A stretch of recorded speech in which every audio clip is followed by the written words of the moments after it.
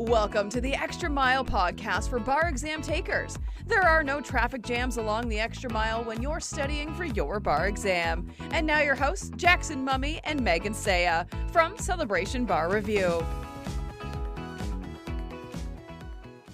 Well, hey, everybody. Welcome to the Extra Mile podcast for bar exam takers. This is Jackson Mummy. My co-host, Megan Saya, is on the road for the next couple of weeks.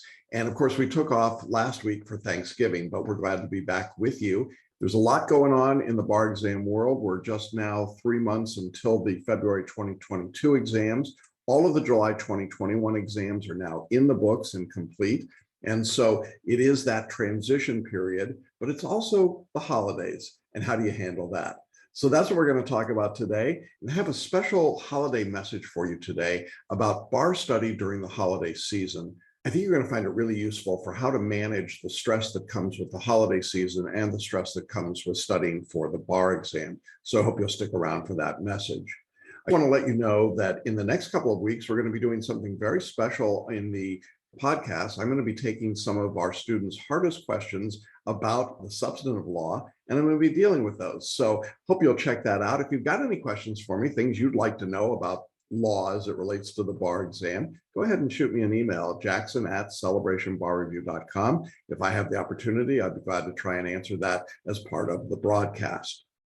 We hope everybody had a great Thanksgiving. Looking forward to a great holiday season coming. And let's go ahead and jump into today's message. It's the holiday season. And as we've just turned the corner from Thanksgiving and come into the winter holidays, you may be feeling like a little bit like this video where it's just a little tough to focus and get things in focus with respect to your bar study.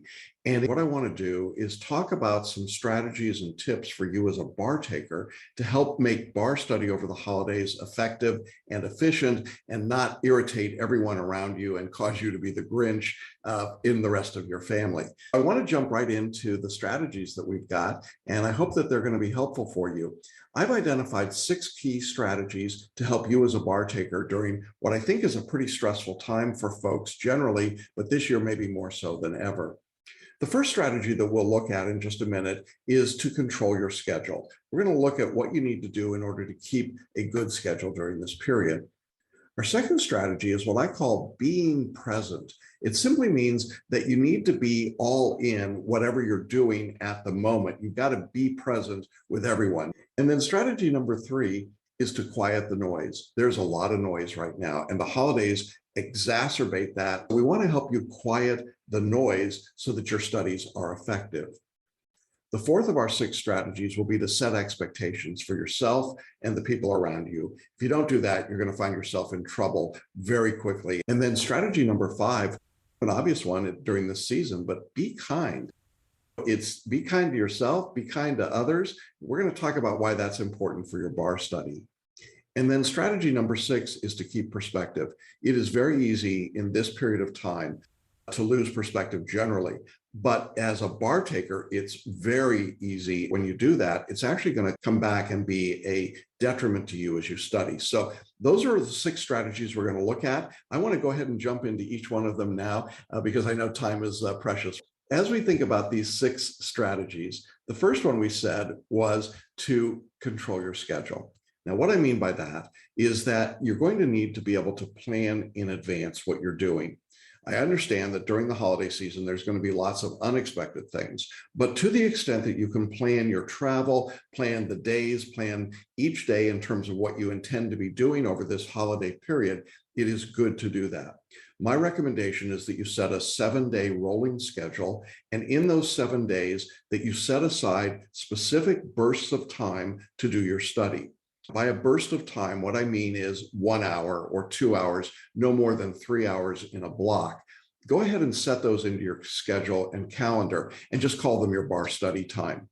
If you're in our course, you'll see that that's really easy to do because all you have to do is get into the course and start studying during that period and then stop wherever the time finishes for you and then pick up later. The idea here is to not identify a particular subject or assignment with a particular day. That rarely happens. So I want you to plan in advance, but I want you to figure out how many hours you want to study in each week and then block out those numbers of hours.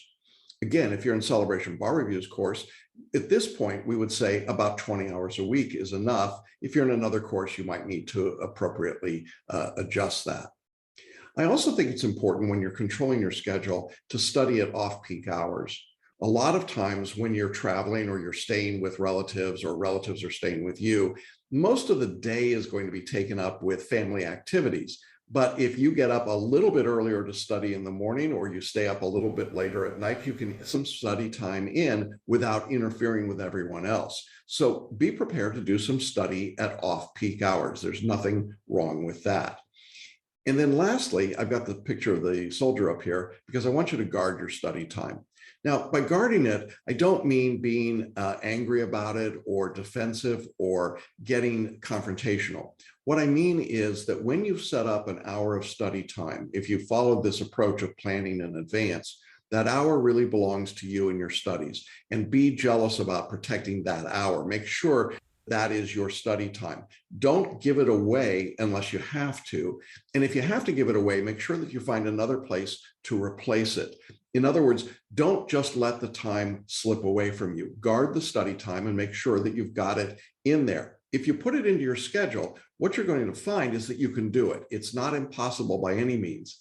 What happens to so many bar takers at this point, however, is that they don't plan for it. They don't put it in their schedule and they say, I hope or I think I'm going to get some study time here, and it just doesn't happen. So that's our first strategy, is to control your schedule. Now, the second strategy is related to this, and that is to be present. I've got a picture here of a couple of kids because I think so often what happens is we miss out on the activities and the importance. And coming out of a year like we've had with COVID, a lot of families are getting together for the first time in a very long time. And it would be a mistake, I think, to come to those events, to be around those events, and then be absent. You're just not there. Family time really matters. Your family is taking the bar with you, whether you realize it or not. They're giving up events and activities and your time in order for you to be able to take and pass this bar exam. And so you need to spend time with them as well. And certainly during the holidays, there's a heightened expectation of family and other people in your world who want your time. And so go ahead and give them some time as well. And make sure that when you're in that time, you're really spending it with them. I talk all the time about people going to the Thanksgiving dinner table with their bar review books with them. That is really a bad idea for any family holiday event. You just don't want to do that. When you're with your family or your friends, be with them. When you're studying, be there, be present as well. And that's really what we mean by family time matters, but study time matters too. When you're studying, be all in, be present in your studies. Don't try to multitask. Multitasking at this stage is one of the biggest mistakes that you can make. Trying to do a little study or maybe reading a bar review outline while the kids are out skating. It just doesn't work. It's bad study and you're not present with what's going on. So feel free to segregate out those times. Today we're going to Disney World with the family. On the Disney World day, that's what we're doing. We're present with that. I'm not trying to do bar review on my cell phone while I'm at Disney World standing in lines. Whatever that is for you, make sure that you're really aware of it and be present, be engaged in the moment and what you're doing, because these moments, you don't get them back again, and it's important. So in order to keep everybody relatively happy and to make sure you get the most out of the holidays as well, strategy number 2, be present. Strategy number 3, I call this quiet the noise. There are so many distractions generally, and during the holidays, there's even more than we would normally expect. There's so much going on, and coming out of this COVID season and maybe going back into a new COVID season, there is a lot happening. There's a lot that can distract you from your studies. I'm not talking about being so closed off that you're unaware of anything else that's going on in the world or that you're unaware of the holiday season. I'm quite the opposite. But you have to recognize that these things can be distractions to you, and they can be noise, just stuff that's going on around you. And so you have to be able to quiet that noise, both in terms of study and in family. And it's just the ability to segregate and sandbox, if you will, or create these firewalls so that during the study time, you don't have a lot else going on. And during the family time, you don't have study going on. You quiet the noise. You don't try to do everything at once. I like to use the term Matote. It comes from the ancient Toltecs, and it's a word that means an uproar. It's an internal uproar in our brains. Most of us have monkey brain or active brain or chatter brain going on most of the time, but I love the word Matote. It actually means not just an uproar, but if you can imagine a open air bazaar in which people are buying and selling products and goods, and they're doing it in all kinds of different languages, and they're shouting and yelling. You can think of the chaos and the way that sound would be. The Toltecs felt that Matote was a great way to describe what goes on in our brains most of the time. We're very anxious. Right now, there's a lot that's got us on edge, including the bar exam. And so there's a lot happening in your head. But the best studying and the best test taking occurs when you quiet your brain, when you calm it down and slow it down so that you can focus and concentrate and hear that non-conscious voice. On our course, we do a lot with breathing and with meditation and with photo reading and some other tools to help you quiet your brain. And I really encourage you to use all those tools if you're in our course. If you're not in our course, you can still do a lot of that on your own just by checking your breathing, checking the way that you are thinking, and being self-aware of what you're doing, trying to reduce the Matote in your brain. It will help you reduce the distractions and the obligations so that when it's time to study, you really are in a quiet place of solitude. And of course, the holidays are so great for that sense of peace anyway. I think it's a great way to segue in with a nice quiet music and the lights and the candles and all of the other things. It's a great way to calm yourself down. So quiet the noise when you study. Strategy number 4, set expectations. This is a big one because the reality we all know, but we don't always act this way. We know that we can't do everything. And yet some of us try to do it all. We try to be superstars during the holidays. We want to be involved in everything that's going on, attend every party, be part of every conversation. It just doesn't happen. The reality is that you can do some things. You don't have to be a hermit. And I think that's one of the real messages today is that you don't have to retreat from the world. You simply have to make decisions and choose what you're going to do, what's important. So set some expectations. Be clear with others about what you can and can't do, but also, and maybe more importantly, be clear with yourself. What am I going to be able to do? What can't I do? If I'm going to be traveling to see my grandparents and I know that I need to really be present and all in with them when I'm there, that's not a time I can study, and I have to recognize that. And maybe going back to strategy number 1, I'm going to get up early in the morning and do some study before everyone else gets up. But I'm making that decision. It's a decision that I make with myself.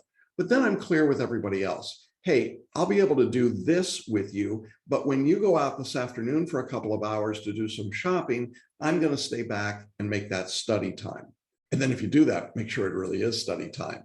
The point is, if you don't try to do everything, you can do a lot more than you think you can.